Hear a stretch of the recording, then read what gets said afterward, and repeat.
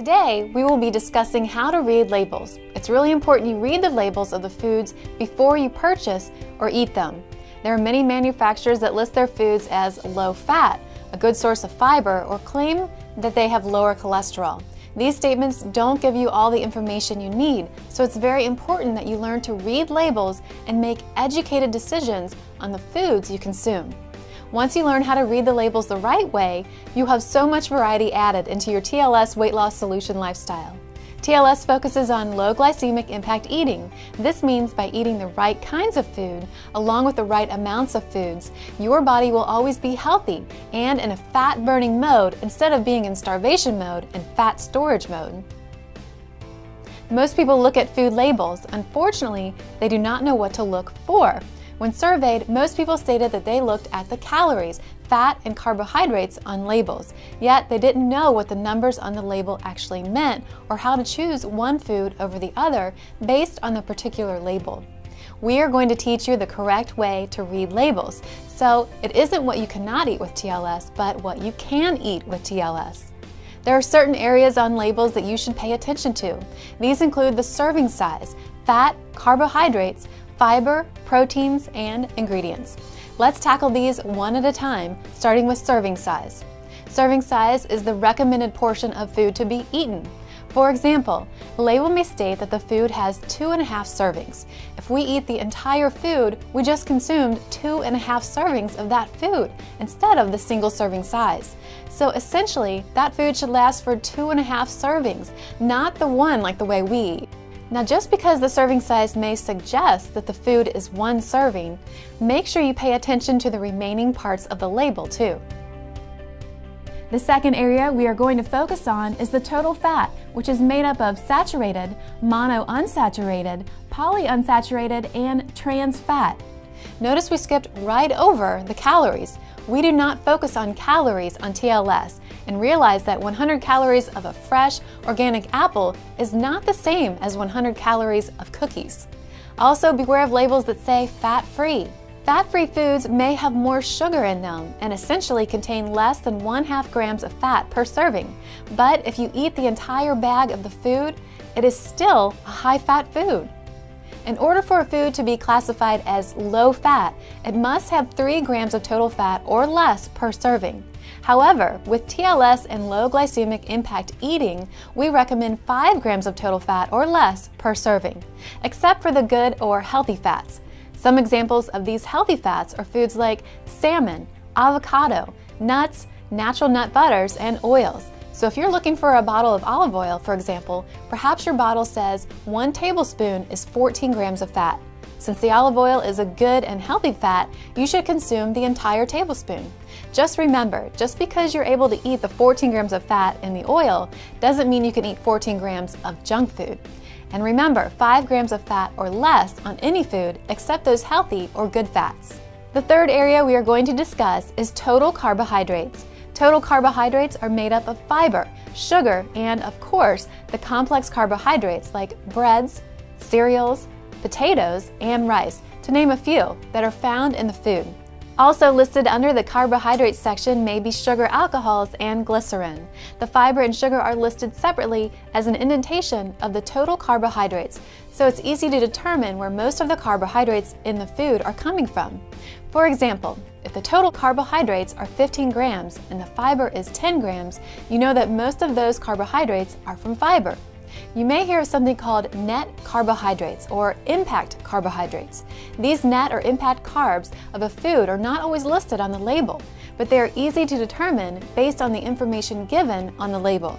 In order to calculate these carbs, you simply take the total carbohydrates and subtract the fiber, sugar, alcohols, and glycerin. This will give you the impact carbs of the food. In other words, this will let you know how much of the carbohydrates you eat will impact your blood sugar levels.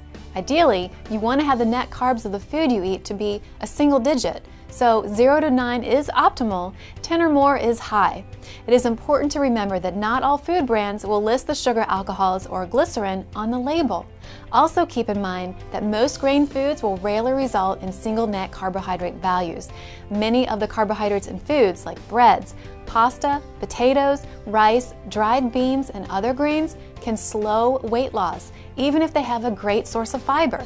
If your TLS plan allows you to eat low GI starches or grains, remember to consume only single serving sizes. Next, let's look at fiber. It's important that you are getting enough fiber, so make sure that the food you eat has at least 5 grams of fiber per serving. Unfortunately, most people eat less than 10 grams of fiber daily, while 25 grams or more of fiber per day is what is recommended for most adults. There are 2 types of fiber, soluble and insoluble. Both soluble and insoluble fibers are indigestible and therefore they are not absorbed into the bloodstream. Instead of being used for energy, fiber is excreted from our bodies. So there's a reason we don't need to eat a big bowl of fiber before exercise. It just leaves the body and doesn't provide us with energy. Soluble fiber forms a gel when mixed with liquid and typically is found in fruits, vegetables, dried beans, peas, and other sources. Insoluble fiber is gritty and passes through our intestines largely intact. Insoluble fiber accounts for 70% of the fiber in our diets and is found in whole grains, barley, couscous, carrots, cucumbers, celery, and other foods. TLS recommends that no matter what your meal plan is, you should consume at least 5 grams of fiber in a single serving. 3 or 4 grams per serving is okay, but less than 2 grams of fiber per serving will not contribute to your efforts. The 5th area to review on the label is the sugar. There are many forms of sugars. Some are natural sugars like fructose, which is the sugar found in fruits, and lactose, which is the sugar found in plain milk products. Others are the unhealthy sugars that are found in baked goods and other unhealthy foods. Our bodies need sugar. In fact, every cell requires it.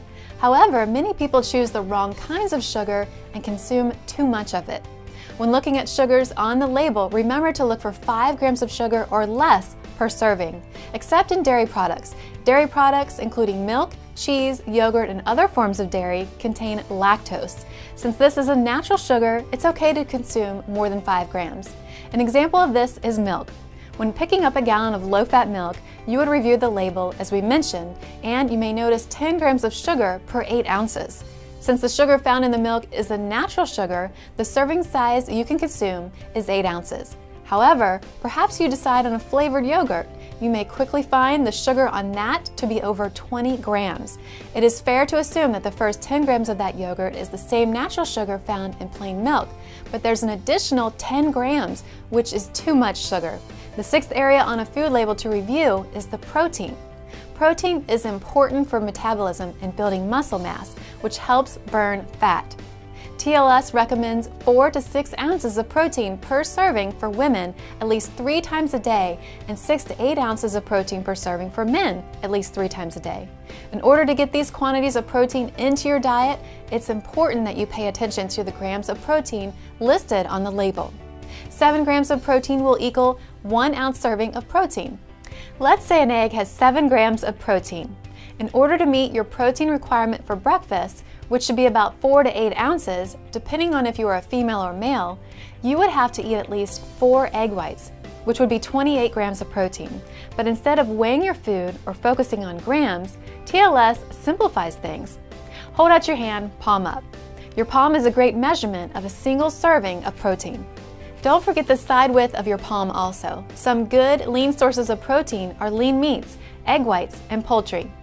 Many other foods have proteins also. Examples are things like yogurt, which is also a dairy product, nuts, which are also healthy fats, and beans, which are also low glycemic starches. When eating these or other types of protein, be sure that there is at least 5 grams or more of protein per serving. With TLS, the adage goes, protein and fiber with every meal makes losing weight no big deal. If you can eat a serving size of protein every time you eat, your body will stay satisfied longer and you will burn more calories. Let's now discuss the ingredient section. The less ingredients in the food, the better. And remember, the first ingredient listed on the label is often the ingredient that the food has the most of. So if you're picking up canned tuna, you would expect the first ingredient to be tuna. It is okay to have sugar in your food, but like we said earlier, there are many kinds of sugar. Apples or carrots contain natural sugar and often will not have a label on them.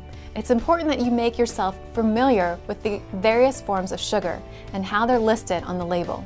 Sugar can be hidden in many forms, including high fructose corn syrup, high maltose corn syrup, brown rice syrup, molasses, cane juice, lactose, dextrose, and corn sweetener. A great rule of thumb is to avoid any label that has a sweetener of any kind in the first 5 ingredients. You also want to avoid any foods that have trans fats in them. You may see trans fats listed under total fats, but the ingredients section may tell the food contains partially hydrogenated oils or hydrogenated oils. Any hydrogenated or partially hydrogenated oil is a trans fat and should be avoided. You will also notice that we skipped over cholesterol and sodium on labels. It's not because they're not important, but when you're eating and following the label as we are suggesting with TLS, you will not find that the foods you're choosing have high cholesterol or sodium in them. Typically, sodium or salt is not the enemy. The issue with high sodium foods is that they're typically found in unhealthy, processed, canned foods or foods that require preserving. Unless your healthcare provider tells you to restrict the sodium or cholesterol in your food, following labels in the ways discussed is an effective way to eat. The percent daily values is another component listed on the label. The percent daily value is listed for each nutrient and is found in the right column on the label. These tell you what percentage of each nutrient the food provides if you are on a 2,000 calorie per day diet. In summary, reading labels is easy. Pay attention to the serving size, ingredient list, and keep the net carbs in the single digits. Also remember the fabulous 5s. As we at TLS like to call them, 5 grams of fat or less per serving, except the good fats. 5 grams of sugar or less per serving, except the natural dairy products, 5 grams of fiber or more per serving, and 5 grams of protein or more per serving. Also remember that pairing protein and fiber at every meal makes losing weight no big deal. Now that you know how to read labels, making healthy, tasty foods with tons of variety will help you reach your goals without boredom or plain foods.